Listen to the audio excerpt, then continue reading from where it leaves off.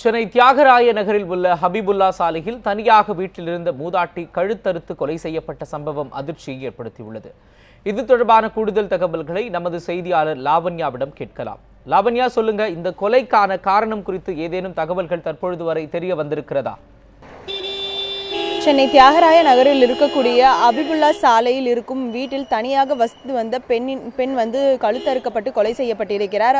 குறிப்பாக இந்த சம்பவத்தை பொறுத்த வரையில் நேற்றே அவர் கொலை செய்யப்பட்டிருக்கலாம் என்று காவல்துறையினர் கருதுகிறார்கள். அதாவது இங்கே இருக்கக்கூடிய மூதாட்டி சாந்தியை பொறுத்த வரையில் அவர் தனியாகவே வசித்து வருகிறார். அவருடைய உறவினர்கள் பெருங்குடியில் வசித்து வருகிறார்கள். இவர்கள் தினமும் சாந்திக்கு தொலைபேசியில் அழைப்பு விடுத்து அவர்கள் உரையாடி வருகிறார்கள். இந்த நிலையில் நேற்று வெகு நேரமாக தொலைபேசியில் பேசுவதற்கு முயற்சிகள் மேற்கொள்ளப்பட்டும் எந்த விதமான அழைப்பையும் அவர் எடுக்கவில்லை. எனவே சந்தேகத்தின் அடிப்படையில் இன்று காலையில் அவர்கள் சாந்தியை பார்ப்பதற்காக நேரில் வந்திருக்கிறார்கள். வெகு நேரம் கதவை தட்டியும் சாந்தி திறக்காததால் கதவை உடைத்து உள்ளே நுழைந்திருக்கிறார்கள். அங்கு சாந்தி கைகளை கட்டப்பட்டு கழுத்தறுக்கப்பட்டு இரத்த வெள்ளத்தில் அவர் இருந்திருக்கிறார் என்று இவர்கள் தெரிவித்திருக்கிறார்கள். எனவே உடனடியாக தேனாம்பேட்டை காவல்துறையினருக்கு தகவல் தெரிவிக்கப்பட்டு தற்பொழுது தேனாம்பேட்டை காவல்துறையினர் வழக்கு பதிவு செய்து விசாரணை மேற்கொண்டு வருகிறார்கள். குறிப்பாக சாந்தியுடைய உறவினர்கள், அக்கம் பக்கத்தினர் ஆகியோரிடம் அவர்கள் விசாரணை மேற்கொண்டு வருகிறார்கள். கடந்த 10 வருடங்களுக்கு மேலாக சாந்தி இந்த வீட்டில்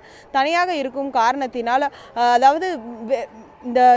இந்த வீட்டிற்கும் அதே போன்று இந்த பகுதிக்கும் பரிச்சயமான ஒருவர் தான் இந்த சம்பவத்தை அரங்கேற்றி இருக்க முடியும் என்று காவல்துறையினர் விசாரணை மேற்கொண்டு வருகிறார்கள்.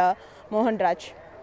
லாவண்யா, குறிப்பா இந்த கொலை இந்த திருடு சம்பவத்தினால் நடைபெற்றதா, வேறு ஏதேனும் காரணங்கள் இருக்கிறதா? தற்பொழுது போலீசாரின் விசாரணை எந்தெந்த கோணங்களில் முடுக்கிவிடப்பட்டுள்ளது? இது குறித்து விரிவா சொல்லுங்க லாவண்யா.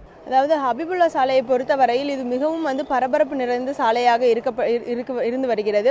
குறிப்பாக சாந்தியிடம் இதற்கு முன்னராக இந்த நிலத்தை அவர் தங்கியிருக்கக்கூடிய வீட்டினை விற்க வேண்டும் என்று யாரேனும் முயற்சிகள் மேற்கொண்டார்களா? எனவே அது தொடர்பாகவும் காவல்துறையினர் விசாரணை மேற்கொண்டு வருகிறார்கள். அவ்வாறு இருக்கக்கூடிய சூழலில் இந்த சொத்திற்காக இந்த கொலை நடந்திருக்கிறதா அல்லது உள்ளே இருக்கக்கூடிய பணத்திற்காகவோ அல்ல நகைக்காகவோ இந்த கொலை நடந்திருக்கிறதா என்ற கோணத்தில் காவல்துறையினர் விசாரணை மேற்கொண்டு வருகிறார்கள். அது மட்டும் இல்லாமல் மோப்ப நாய்களை கொண்டும் அதே போன்று சாந்தியின் வீடை சுற்றி இருக்கக்கூடிய அருகாமையில் இருக்கக்கூடிய சிசிடிவி காட்சிகளை வைத்தும் காவல்துறையினர் விசாரணை மேற்கொண்டு வருகிறார்கள். குறிப்பாக சாந்தியுடைய மரணம் நேற்று மாலை அல்லது நேற்று மதியத்திற்குள் நடந்திருக்க வேண்டும் என்று காவல்துறையினர் சந்தேகித்திருக்கிறார்கள்.